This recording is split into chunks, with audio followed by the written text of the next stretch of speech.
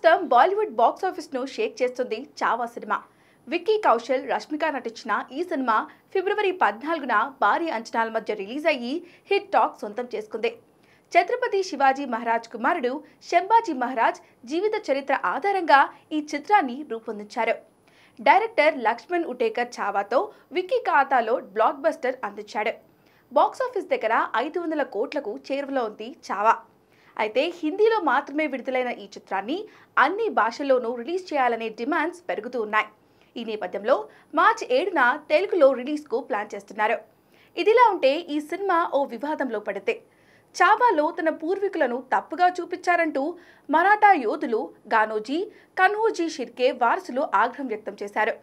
చరిత్రను ఉటంకిస్తూ తమ పూర్వీకులను శంభాజీ మహారాజ్కు ద్రోహం చేసిన వారిగా చిత్రీకరించారని మండిపడ్డారు. ఈ విషయంలో చిత్ర యూనిట్పై 100 కోట్ల పరువు నష్టం దావా వేస్తామని హెచ్చరించారు. ఈ మేరకు దర్శకుడు లక్ష్మణ్ ఉటేకర్కు నోటీసులు పంపించారు. ఇక ఈ వివాదంపై డైరెక్టర్ లక్ష్మణ్ స్పందిస్తూ చావాలో గానోజీ, కన్హోజీల పేర్లు మాత్రమే ఉపయోగించామని, వారి ఇంటి పేరు, ఏ ప్రాంతానికి చెందినవారు వంటి వివరాలను వెల్లడించలేదు అన్నాడు. షిర్కే కుటుంబ సభ్యులు మనోభావాలను దెబ్బతీయడం తన ఉద్దేశం కాదన్నారు. చావా వల్ల వారు అసౌకర్యానికి గురైతే తనను క్షమాపణ కోరాడు.